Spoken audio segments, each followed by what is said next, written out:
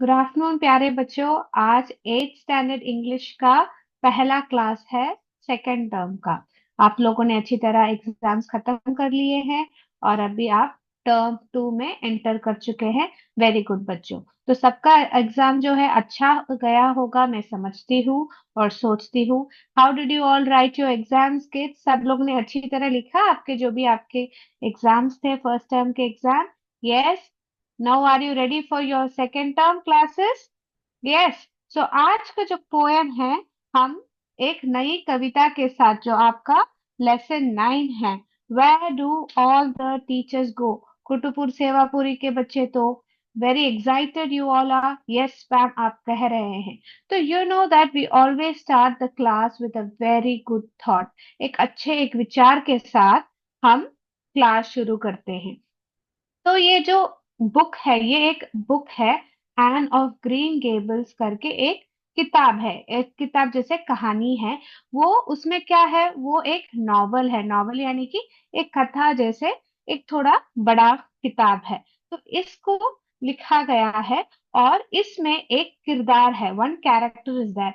उस किरदार का नाम है एन शर्ली। तो इस किताब से, इस नॉवल से मैंने एक कोट लिया है आज के क्लास में। मुझे ना ये किताब बहुत पसंद है क्योंकि इसमें जो विचार है, जो इस किरदार के जो विचार है, ये एक छोटी बालिका है और वो उसके विचार को दुनिया के सामने रख रही है। और ये जो बालिका है इस नॉवेल में, वो क्या पता है बच्चों, वो अनाथ है और उसको एक जगह पे अडॉप्ट किया जाता है। तो उसके विचार, उसके दुख, उसके जो होप्स ऑफ लाइफ, जो जिंदगी में आगे बढ़ने का, हासिल करने का जो ये है, हंगर है, वो बहुत अच्छा है इस किताब में। इससे बहुत हौसला मिलता है फ्रॉम दिस नॉवल। तो इसी किताब से मैंने एक विचार निकाला है।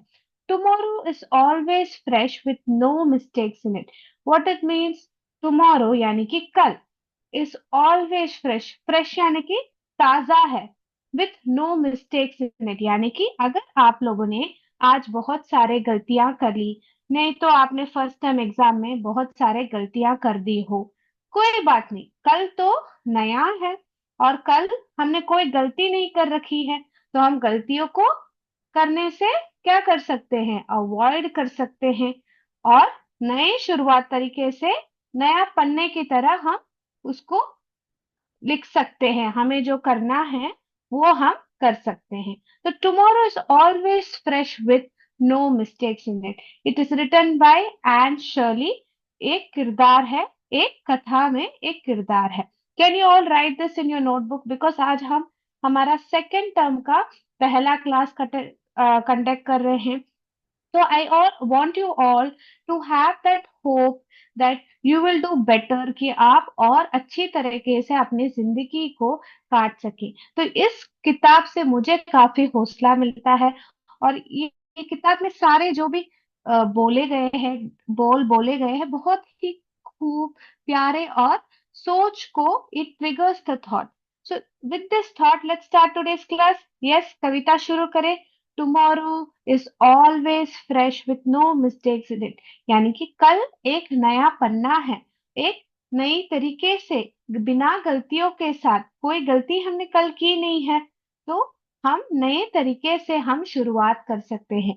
आज गलती हो गई, छोड़ो उसको, मन में ना रखो, उससे सीख सीख के कल कल कोई गलती ना करे। ठीक है? तो इस विचार के साथ शुरू करें। यस, सारे बच्चे तैयार है? Very good. तो अभी मैं आप लोगों के साथ स्क्रीन शेयर कर रही हूँ और हम कविता where do all the teachers go के बारे में हम पढ़ने जा रहे हैं। ओके किड्स, चलें शुरू करते हैं।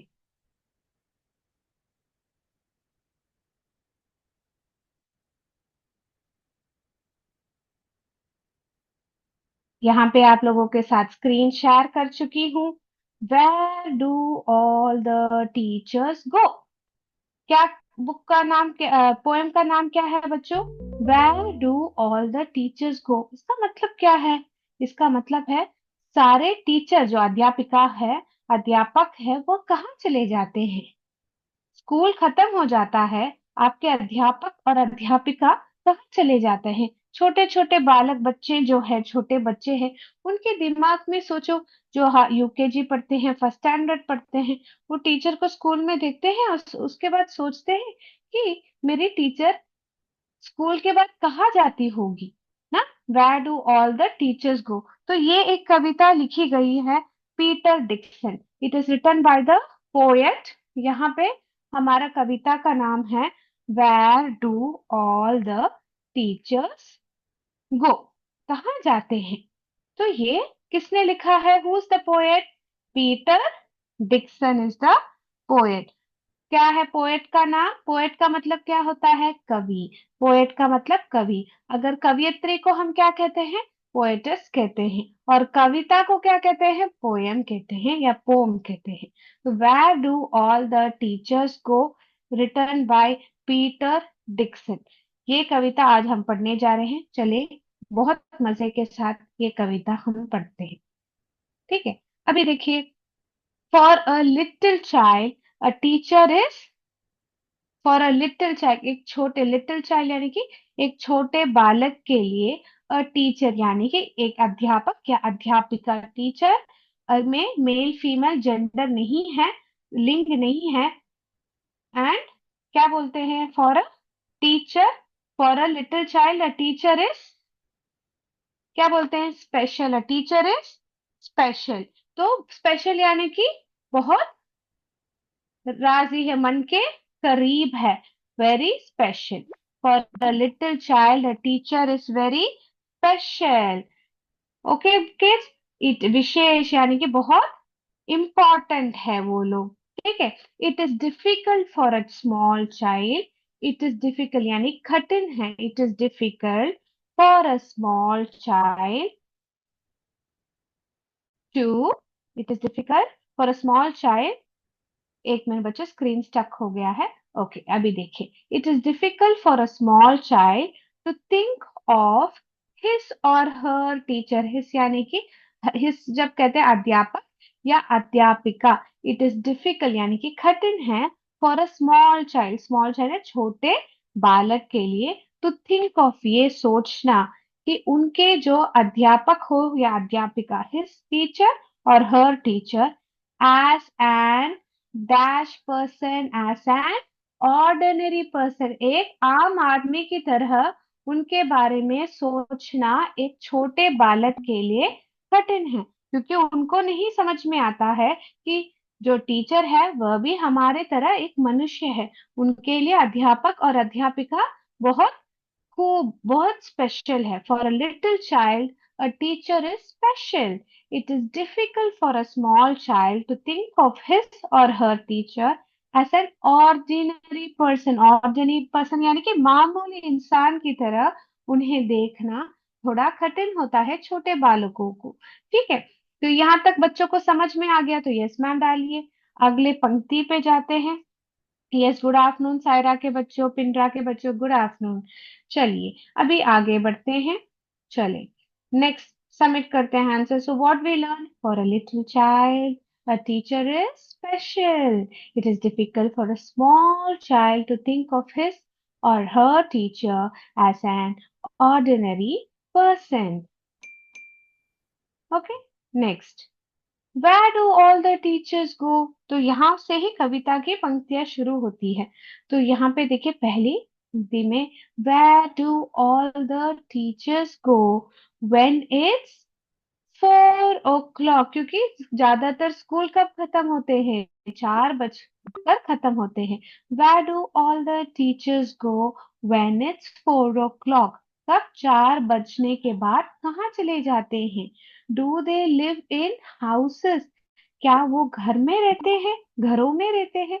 Do they live in houses and do they wash their socks? क्या वो अपने मोजों को धोते हैं?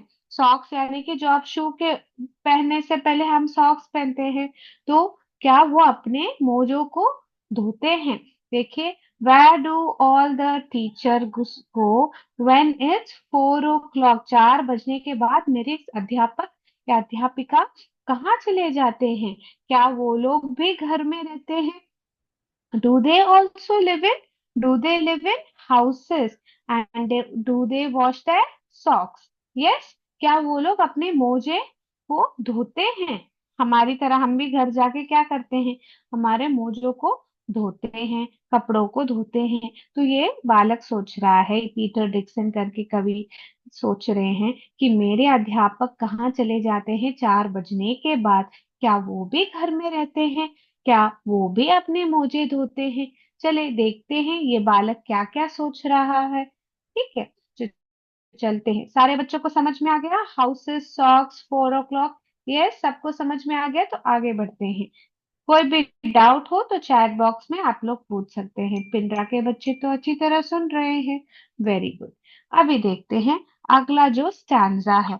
अगला जो स्टैंजा है उसको हम देखते हैं। तो पहला स्टैंजा हमने कंप्लीट कर दिया है। जो चंद है, कविता में चंद होते हैं, उसी प्रकार हमने पहला चंद, फर्स्ट स्टैंजा। स्टैंजा का स्पेलिंग कोई चैट बॉक्स में बता सकता है कि स्टैंजा का सही स्पेलिंग क्या है?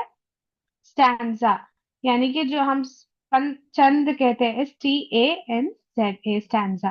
ठीक है, तो ये है स्टैंजा का स्पेलिंग, यानी कि जो चंद होता है उसको ही हम स्टैंजा कहते हैं। अभी पहला जो स्टैंजा है हमने कंप्लीट कर दिया है। तो नेक्स्ट स्टैंजा पे चले।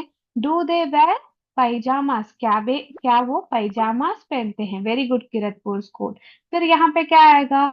Do they wear pyjamas and do they watch noses या टीवी? क्या आएगा?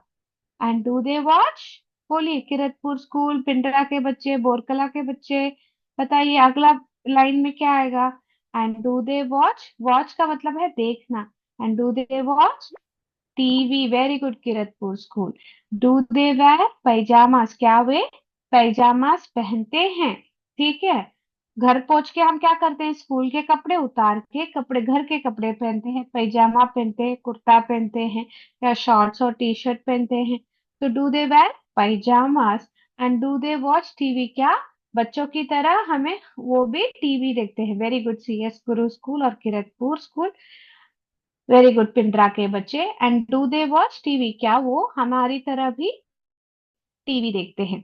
यस, नेक्स्ट लाइन में आते हैं। And they do they pick their noses? Pick their noses यानी कि बच्चे क्या करते हैं, छोटे छोटे बालक अपने नाक के अंदर उंगली डाल के उसके साथ खिलवाड़ करते हैं ना, दे पिक देयर नोसेस।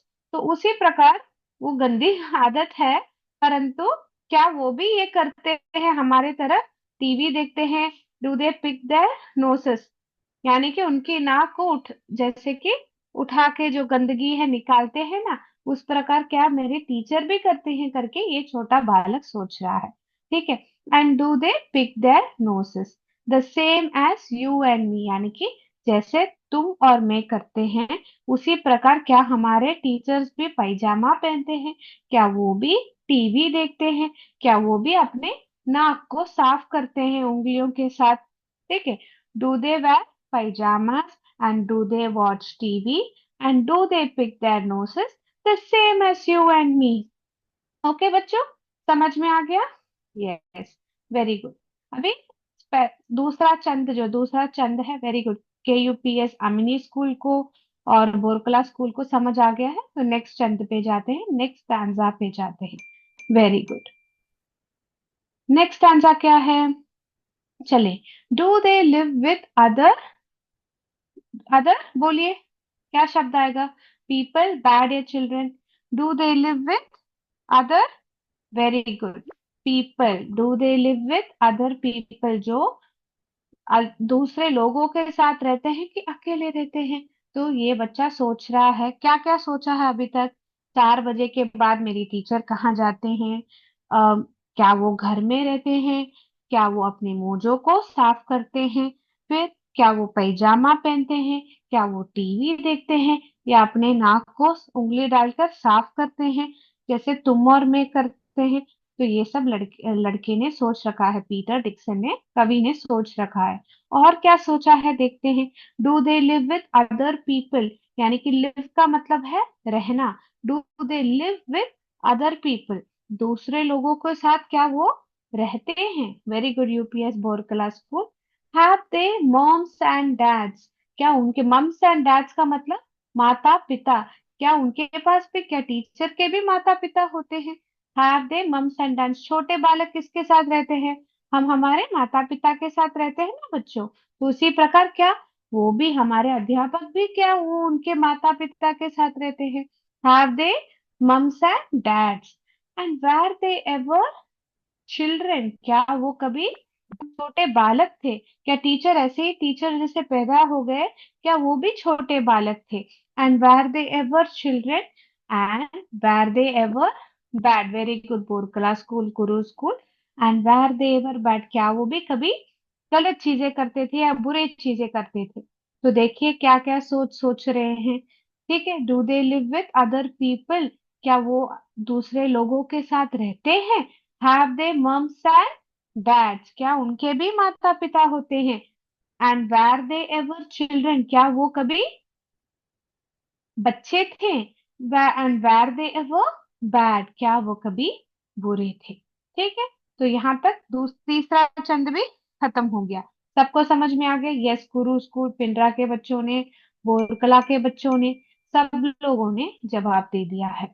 नाउ वो नेक्स्ट देखिए, नेक्स्ट अगला चंद जो है, what's the next stanza? Very good Pindra, bad.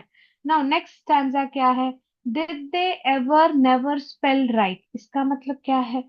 Did they ever यानी कि, डिड दे एवर यानी कि क्या, क्या उन्होंने कभी नेवर स्पेल राइट? तो कभी कब क्या होता है, वो सोच रहा है ऐसा कोई वक्त हुआ होगा जहां उन्होंने, स्पेल का मतलब क्या है? जो हम स्पेलिंग्स लिखते हैं, जब शब्द लिखते हैं उसके सही स्पेलिंग्स होते हैं, और वो स्पेलिंग जो है उन्होंने सही प्रकार से गलती की होगी क्या, वो देख रहे हैं। Did they ever spell right, जो हम लिखते हैं वो क्या है, वो सही से लिखावट लिखते हैं कि उसमें उनके तरफ से भी गलती होती है? तो वो सोच रहा है डिड दे एवर यानी कि वो सोच रहा है कि उन्होंने कभी नेवर स्पेल ऐसे कोई गलती कर दी हो। ठीक है, did they ever make mistakes. Very good Pindra के बच्चों, कुरु के बच्चों, वेरी गुड। तो यहाँ पे देखिए, did they ever never spell right, did they ever make mistakes, क्या उन्होंने कभी गलतियां की हो? Were they punished in the corner, were they punished, punish का मतलब है जब उनको क्या मिलता है, डांट पड़ती है ना बच्चों। क्या बोलते हैं पनिश्ड को? बोल रहे क्या बोलेंगे आप? सजा देते हैं, दंडित जब करते हैं उसको क्या कहते हैं? पनिश। वेरी गुड डोमेला का बच्चे बच्चे अच्छी तरह सुन रहे हैं। Were they punished in the corner, यानी कॉर्नर का मतलब क्या है, कोई बता सकता है? कॉर्नर का मतलब है कोना। जब भी कभी हम गलती करते हैं तो माता पिता क्या करते हैं, टीचर्स क्या कहते हैं? जाके वो कोने में खड़ो, आवाज करे बिना कोने में करो, कोने में खड़ो कहते हैं ना। तो वो क्या करते हैं, दंडित करते वक्त क्या करते हैं, कोने में जाने को कहते हैं। तो were they punished in the corner. Very good Domela school, सजा देना भी हम कहते हैं। If they pinch the chocolate flakes, किस लिए उनको पनिशमेंट मिल रही है? जब उन्होंने पिंच द चॉकलेट फ्लेक्स यानी कि जो चॉकलेट का जो पपड़ी है, उसको अगर हम हल्के से निकाल दे, या खाना जो चॉकलेट का खाना खाने पे उनको दंडित किया जाता हो, कोने में जाके खड़ने को कहा गया हो, ऐसे लड़का पूछ रहा है। कौन पूछ रहा है? पीटर डिक्सन पूछ रहे हैं। So let's see this stanza again, क्योंकि थोड़े शब्द अलग अलग है। यहाँ पे देखिए, did they ever never spell right, did they ever make mistakes, क्या उन्होंने कभी गलती की थी? Were they punished in the corner, क्या उन्हें भी एक भाग में, एक कोने में खड़ा किया गया था? क्यों खड़ा गया था वो भी बताया गया है। If they pinch the chocolate flakes, flakes का स्पेलिंग यहाँ पे देखिए मिस्टेक्स, और फ्लेक्स यहाँ पे राइमिंग वर्ड्स है। क्या है अंत में? देखिए उच्चारण जो है एक प्रकार है, जो ध्वनि है। Mistakes, flakes are the rhyming word in this. Yes, तो आगे बढ़े। ये चंद सबको समझ में आ गया? अगर समझ में आ गया तो थम्स अप डालिए, या चैट बॉक्स में यस मैम डालिए। यस, कॉर्नर मिस कोना, ओके, सुंदर ने कहा है ये बात, वेरी गुड। नो चलिए आगे बढ़ते हैं। Very good.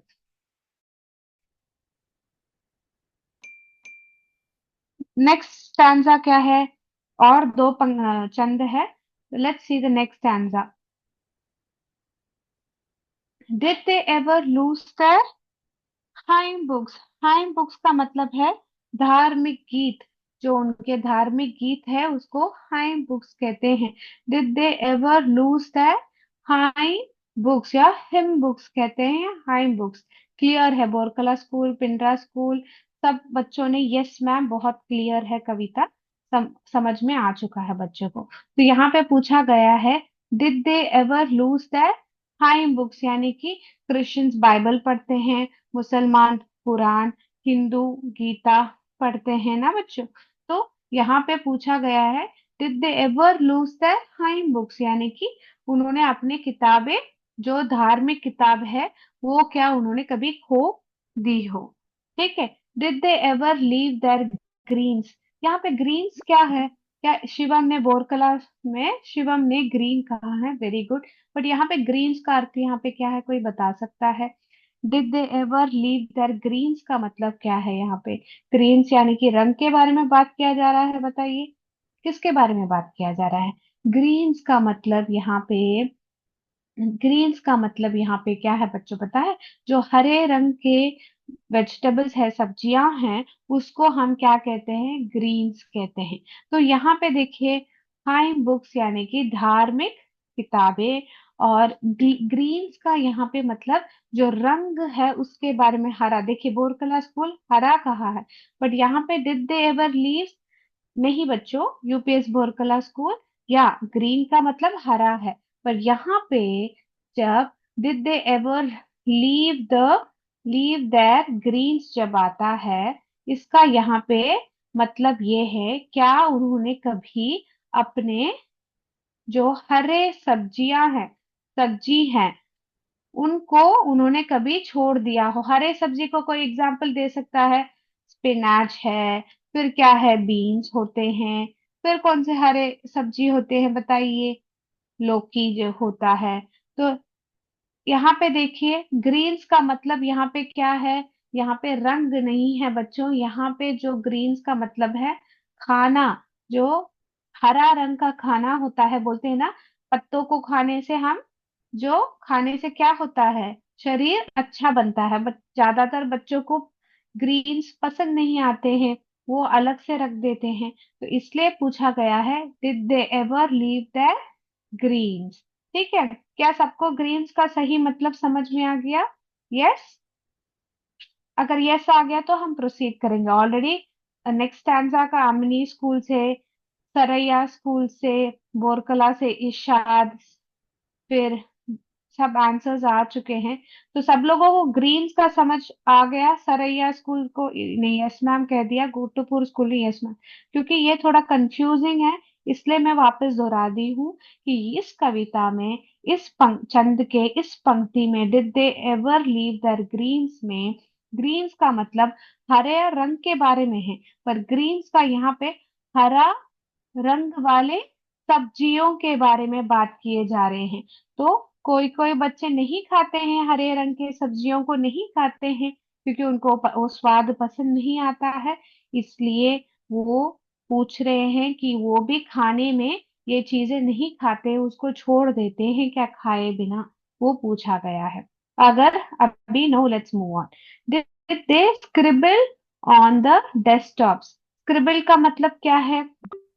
जब कुछ हम लिखते हैं ना, जल्दी कुछ लिखते हैं ना, उसको हम स्क्रिबल कहते हैं। स्क्रिबल का मतलब, यहाँ पे स्क्रिबल का मतलब क्या है पता है बच्चों? ऐसे ऐसे ऐसे ऐसे ऐसे ऐसे ऐसे ऐसे ऐसे ऐसे हम लिखते हैं ना जल्दी में, उसको क्या कहते हैं? स्क्रिबल कहते हैं। क्या ऐसे जब हम बनाते हैं, इसको हम क्या कहते हैं? स्क्रिबल कहते हैं। Did they scribble on the desk? Desk मतलब है उनका टेबल, जहाँ पे आप बैठ के क्लास लिख रहे हैं, पढ़ रहे हैं। Did they scribble on the desk tops? Did they wear old dirty jeans? Jeans जो कपड़े होते हैं, पैंट होता है, उसके बारे में बात किया जा रहा है। तो यहाँ पे देखिए बच्चों, did they ever lose their hymn books? Very good Kutupur Sevapuri school. Your greens means vegetable, very good बच्चों। वेरी गुड, क्योंकि ये ना बच्चों कभी कभी हम लिटरल मीनिंग ले लेते हैं यहाँ पे। वेरी गुड, वेरी गुड बच्चों। Did they ever lose their hymn books? Did they ever leave their greens? Did they scribble on the desktops? Did they wear old dirty jeans? क्या कोई कह सकता है कि इस जो छंद में दो राइमिंग वर्ड्स है वो क्या है? कौन से राइमिंग वर्ड्स यहाँ पे कोई बता सकता है?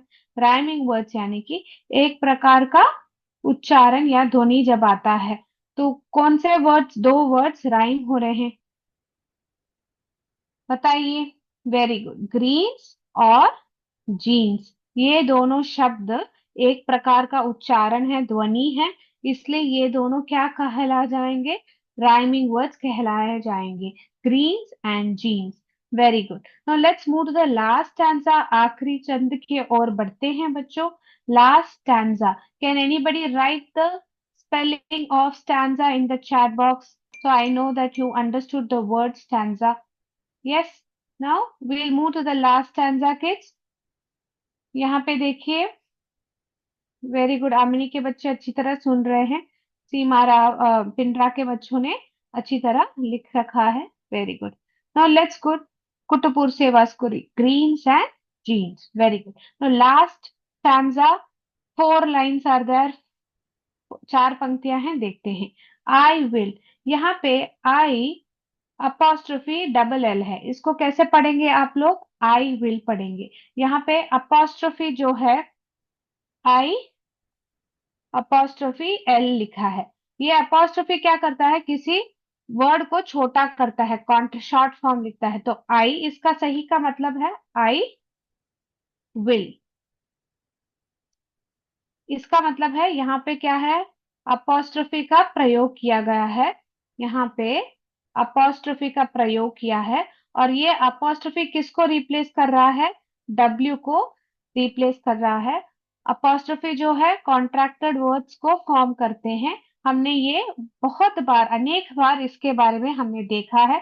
तो आप कंफ्यूज में इसको कैसे पढ़े? आई ऐसे थोड़ी पढ़ना है, नहीं, यहाँ पे हमें पता है आई विल, ठीक है, आई विल फॉलो। तो यहाँ पे देखिए, यहाँ पे आप लोगों ने समझ लिया है। Very good. तो I will follow one back home today. तो I will follow one back home today मैंने नंबर एक को क्या वो फॉलो करने वाले हैं?